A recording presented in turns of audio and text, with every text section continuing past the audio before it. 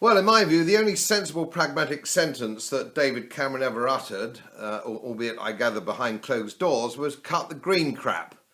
And I hope that that might actually happen, but of course it's not happening. We can see that the green crap is actually trickling down the nostrils of this outgoing Dyer administration by setting net zero targets for man-made carbon dioxide emissions by 2050 in this country.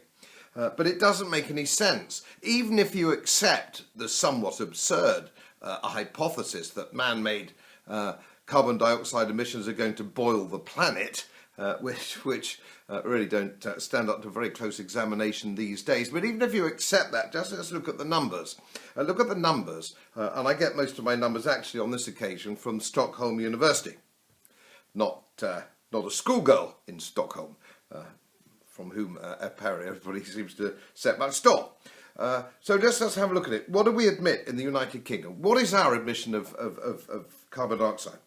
It's 1.16% of the global output. 1.16. All right, so last year, actually, 1.5 times that was just the increase in carbon dioxide emissions. So it can't make any conceivable difference.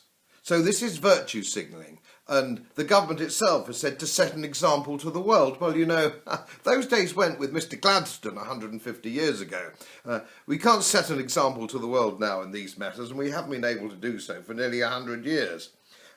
Who is cutting the green crap? If you have a look today, you'll find that the United States, Brazil, India, the Far East, China, even Australia are cutting the green crap.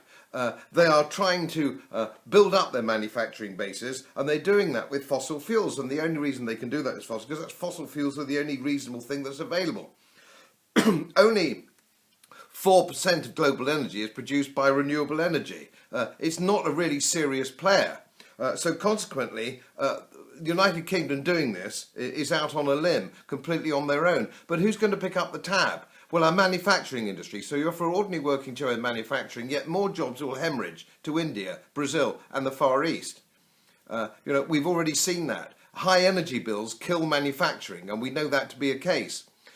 Poor people, people on the minimum wage, old age pensioners, energy bills are a big slice of their income.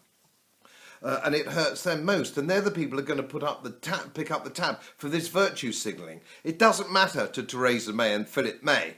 Their electricity bills are a tiny weeny itsy bitsy part of their income because they're rich. So they're virtue signalling at your expense. So if you're an ordinary Joe or somebody on the minimum wage or an old age pensioner, you're being asked to pick up the tab for this green crap. So I would send a message, please, to whatever future government's coming in, whoever runs it. It can't make any difference at all. All it's going to do is hurt this country. So cut the green crap. Okay? If it's you, Boris, whoever it may be coming in, stop going along with this. Cut the green crap before we have no manufacturing jobs left and all old age pensioners are dying in front of their one-bar fires in the winter.